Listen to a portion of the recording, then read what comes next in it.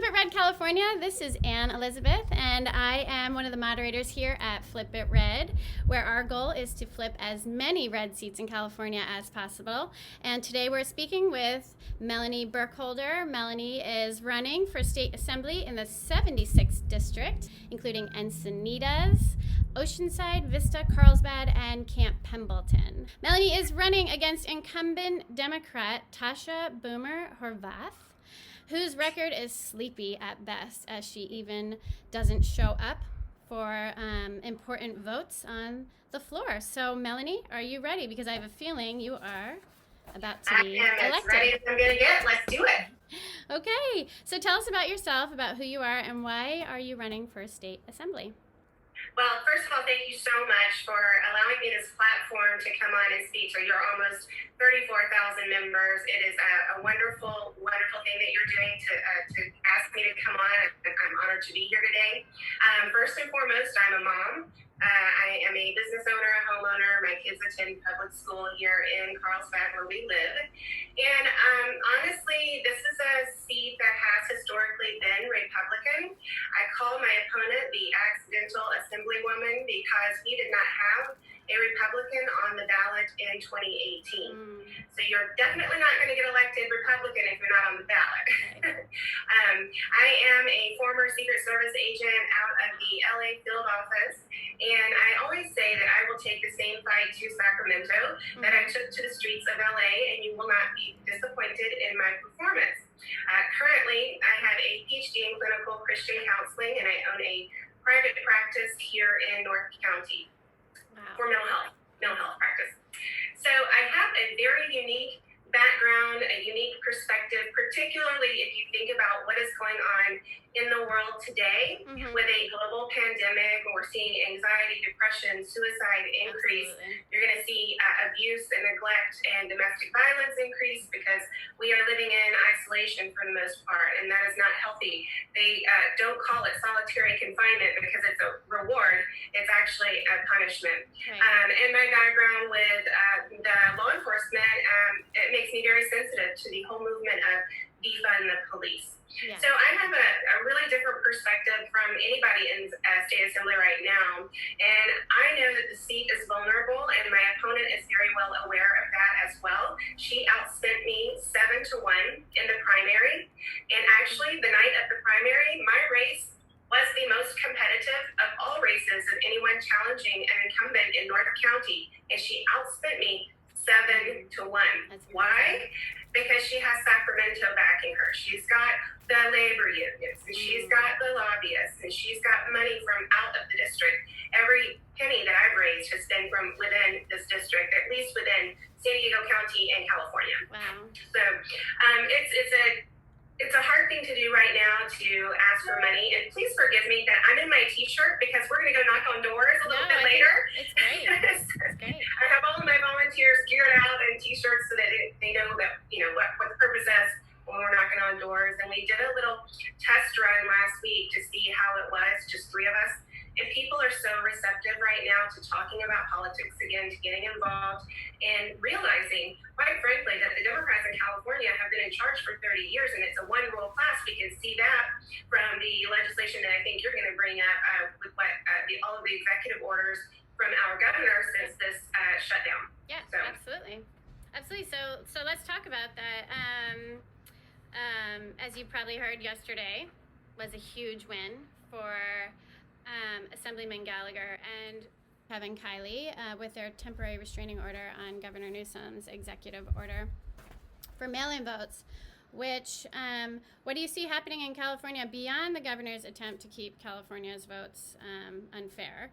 What do you see your role is in fighting to make sure that voting stays within the legal bounds? And it's astounding that I even have to say it, but not allowing illegal people or non-living to vote. Yeah, and with the executive order of everyone receiving a mail-in ballot, we're going to realize that the Secretary of State position is going to be of the utmost importance in the future, because that's who really has to do with cleaning voter rolls and making sure that people are indeed, like you said, alive that are voting. I prefer to also have legal citizens voting in elections. And so I've been partnering for many Ruth Weiss from the Election Integrity Project. So what they do is make sure they have poll watchers. They go to the ROV anytime we have to do signature comparison and observe what's happening at the ROV. And those are just a couple of ways that I can help and be active in that process. But also, as you know, Senator Pat Bates, which is my senator and who has also endorsed me, is running for the Secretary of State on the Republican side. I can't think of a better candidate for that position for our state. So I'm lucky that we are already partnering on other legislation, particularly with regard to the bluffs and the cliffs in Encinitas, where we had a family from Carlsbad die because one of them fell. So we already have a wonderful working relationship, and I think that's what you do moving forward, just like I will have a wonderful working relationship with the next Congressman, Brian Marriott, in the 49th, and also Daryl Issa in the 50th, because we already have those working relationships. So that's what you do, and you build on that, and you create coalitions. We're all better together in that manner. Okay, great.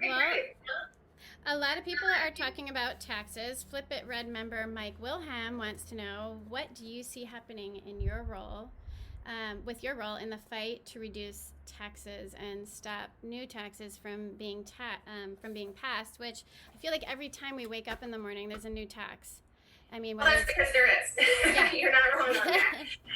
One of the things that I know overwhelmingly that's going to be on the ballot in November is obviously Prop 13. And this is kind of a dual answer. That's one of the things that I would use to protect small businesses. But also, this is an education piece for Californians. We need to let them understand what Prop 13 does, and if the split roll does pass, how it impacts everyday consumers like myself. And Mike, I appreciate your question because the reality of the situation in Sacramento is that there is a supermajority Democrats heavy. So we don't have a voice as Republicans, and that's why it's important to take these seats that are viable, like mine, and flip it red, like you said, and just take back that power and at least have more of a balance of power. I'm no superstitious person, but last night my fortune cookie said, have balance or something like that. And I was like, yes, that's what we need in Sacramento. I saw that on your page. That was great. Yeah, I was just like, oh, this is great. So that's one thing, and I'm not for new taxes. One of the ways that I think we can probably get to people, though, is I've been having this discussion being in a military district, military heavy, about how we tax pensions of retired military and potentially lessening that burden for them and maybe starting there to see how that impacts our economy, because quite frankly, those people move out of the state because they can't afford to pay the taxes and still live here. So if we could retain those folks, maybe reduce the burden of taxes on them and see that the model works, then perhaps we could convince some of the Democrats to then move toward lessening the taxes and the burden on people. And, it is so true that every day we see the increase in taxes in some way, fashion, or form. Democrats love to spend our money. Gavin Newsom is giving it to illegal aliens now, not only just $1,000 a month, but also through an earned income tax credit for illegal aliens. So we've got to get a hold on this, and the best way to do it is get more of a balance of power. Reasonable people like myself that have difficult conversations every day, as you can imagine, with clients, that can come to resolution where both sides feel like they've won. We talked about position on charter schools in our group. That was one of the questions. School choice. Tell me what your feeling is on charter and school choice. Yeah, so I actually, as a mental health therapist, recognize that all children don't fit in one box and that they need different outlets to learn. And after our shutdown of our schools March 13th, it took me about a month to realize that I have a child that has a little bit more need of interaction, like what we're doing right now, than rather just driven in book work. My oldest took care of his work, no problem.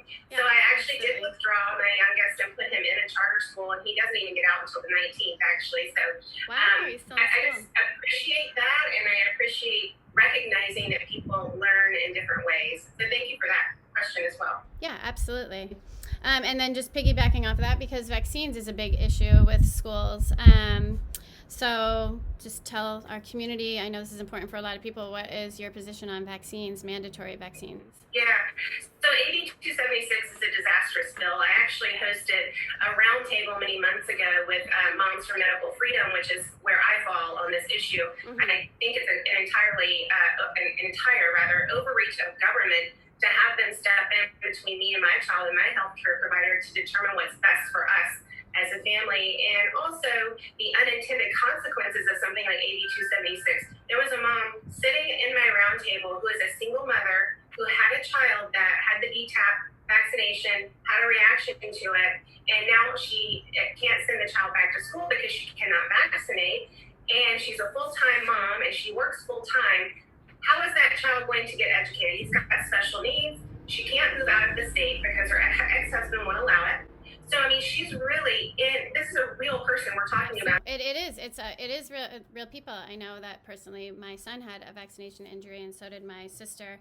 And we were pretty much forced to do the 7th grade vaccinations regardless of all the medical history. So, and I think also, I mean, I did vaccinate my children. I did it on a schedule so that I could tell if there was a reaction to one, what it was. Yeah. Because overwhelmingly they put too many needles in the kids at one time, and that to me is kind of one of the bigger pictures of this problem that nobody seems to be addressing. And I can't imagine anyone thinking that the government can run healthcare and intervene between me and my kids better than I can do it as a parent. Right, absolutely. And I think now is the biggest time that we can actually see this with everything that's going on, that government is... Well, and my opponent wants to keep everyone in their homes. She's on record of saying this at a Chamber of Commerce meeting. I have the video. Keep everyone at home until there's a vaccination, and then vaccinate the entire globe. That's what her thought process is. Amazing. Yeah. Amazing to me. The next question, which is from Flip It Red member Tim Burns, was asking, the governor has put some pretty tight restrictions on gun ownership as well as concealed carry, but it affects our rights. So what's your take on the Second Amendment in California? I know the governor has kind of squashed a lot of it. So what's your take? So I think people are waking up to that. First of all, I'm a former Secret Service agent, so you can imagine where I stand on the Second Amendment. I'm definitely pro 2A and concealed carry. So I think it's really important that we look at what is happening. When you put the restrictions on people, people wake up to that, and you've seen gun sales skyrocketing. They can't keep them on the shelf here. And it's because not only of his restrictions, but when you keep people down and people think that the government isn't taking care of them or protecting them, like that role in government is, then they stand up for themselves. And that's what we're seeing. And I'm so glad that we have a constitution that recognizes the importance of us to be able to take care of ourselves in times like this, where we don't know. We had protests here in Carlsbad.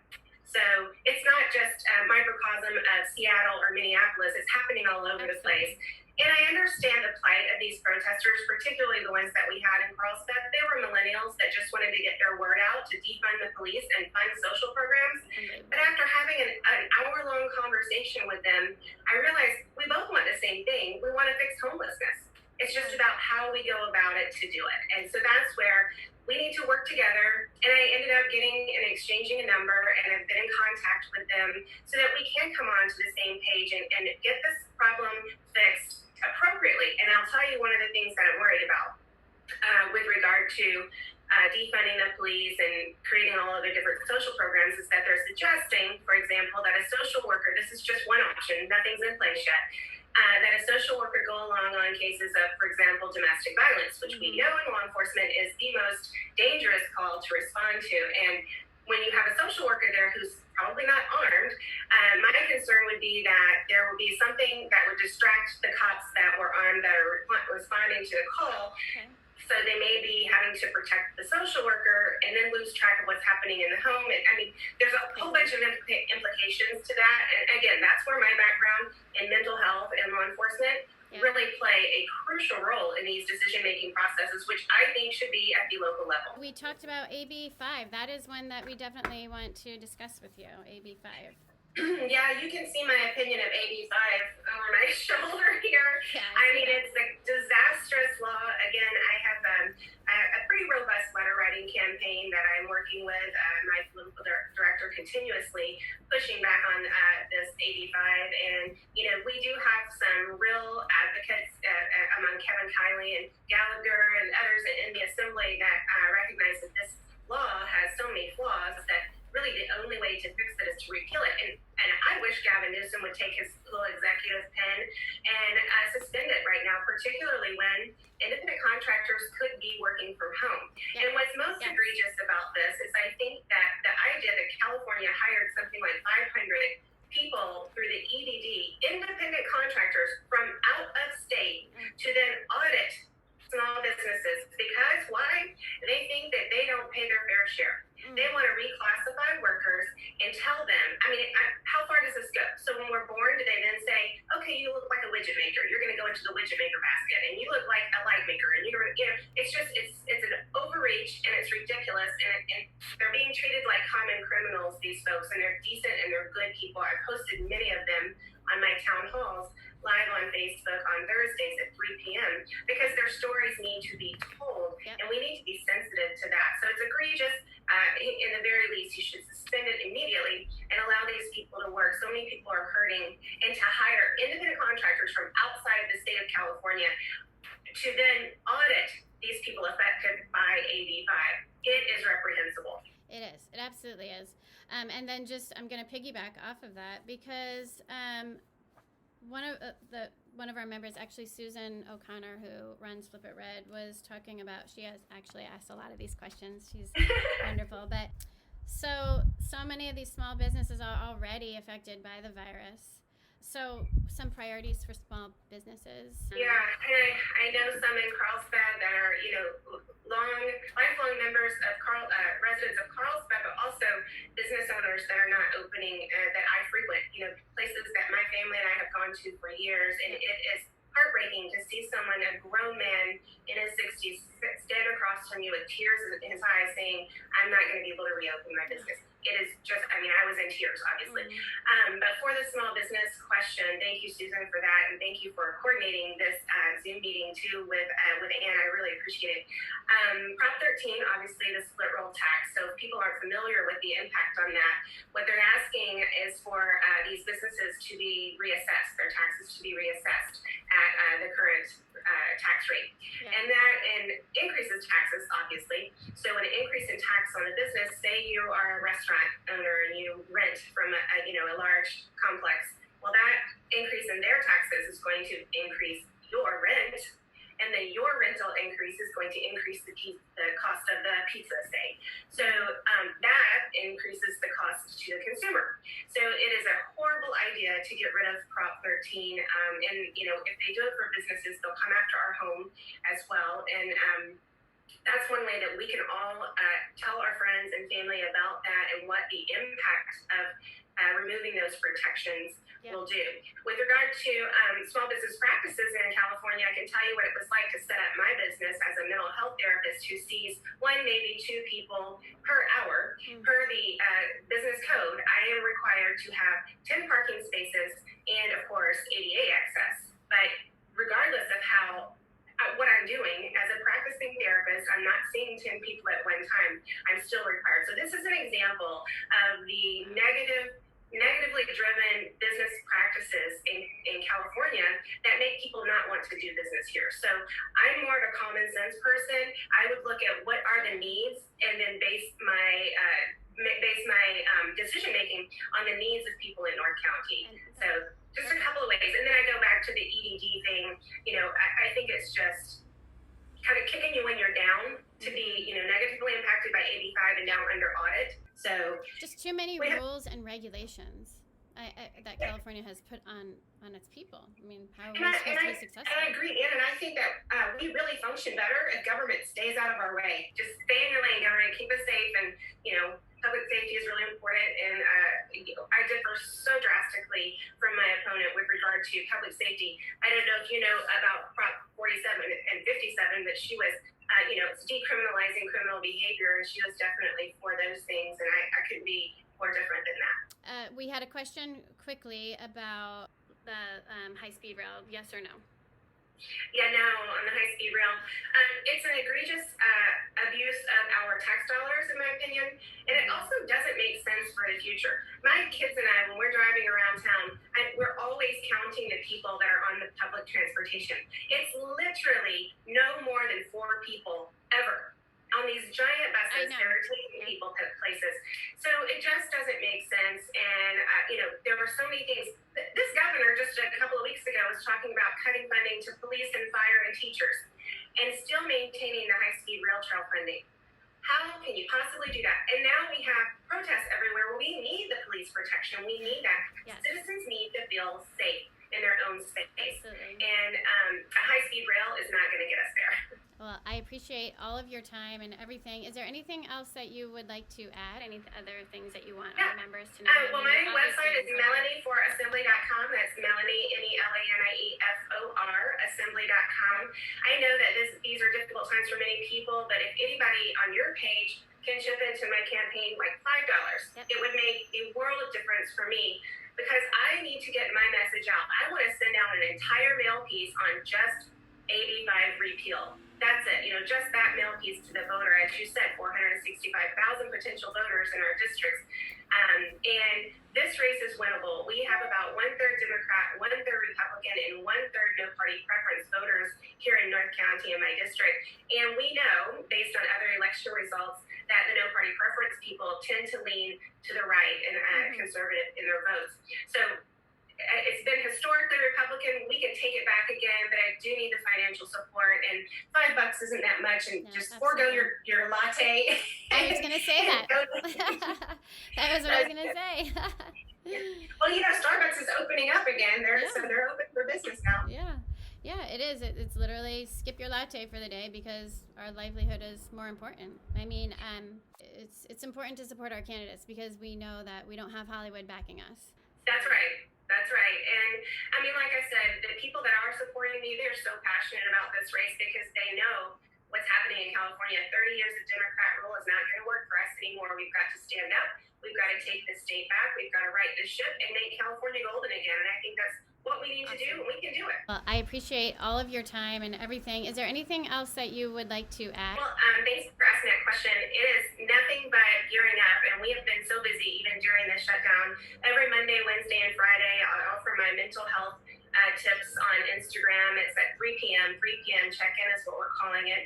And it just helps people deal with, be educated about what some signs and symptoms of different mental health disorders are, and if they need help, then where to get the help. And every Tuesday, I'm delighted to share, I have a cooking show. It's called Cooking with the Candidate. And it's a live cooking show on Instagram, and it has been just a great way to get away from the news, decompress, ask me questions about cooking or about the campaign. I answer all of them. And I also am able to inform the voter about current legislation if there's something that's earth-shattering. And then on Thursdays is a town hall. Every Thursday, everything I do is at 3 p.m. I'm very consistent, Anne. And so we do our Facebook Live town halls on Thursday at 3. People can hop on and ask questions instantly. My opponent does not do that. Every question that she gets is fielded, and she will not place herself.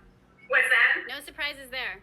Yeah, she will not ever be vulnerable to the voter or accountable. And so it's a great way to ask questions. If I don't know, I'll tell you I don't know, but I'll get back with you with an answer to your question. But it's and we've been having 85 victims. I hate even saying that word, but it really is a victim. This is falling prey to Lorena Gonzalez's horrible bill. So I've been having them on as guests, and it's just so important to me that their stories are told, that people realize this is a real impact on our economy and also in people's personal lives and their livelihoods. So yesterday, my team and I were out at the Veterans Association of North County, passing out food to veterans and current enlisteds in the military, and we plan to do that every month if they continue to do the food bank. I don't know if your viewers know, but 1 in about 6 or 7 North County residents is food unstable, and during this time where so many are losing their jobs and much more, we really need to pitch in as a community and give back to those folks when we can. So we really enjoy doing that. It's a fun, beautiful day yesterday to be out there. And like I said, today we're going to knock on doors, and that's just going to amp up in the future. If you'd like to join me, if you're in this area and you'd like to join me, send me an email, info@melanieforassembly.com. We'd love to have you be part of the team. Get you a bumper sticker and get you a t-shirt and get you out there knocking on those doors or making phone calls to take this seat back.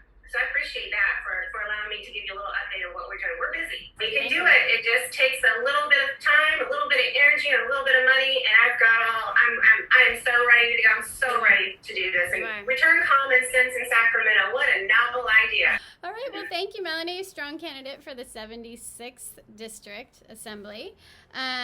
We look forward to seeing you winning on Election Day. Thank you for joining us. Thank you so much. I really appreciate it.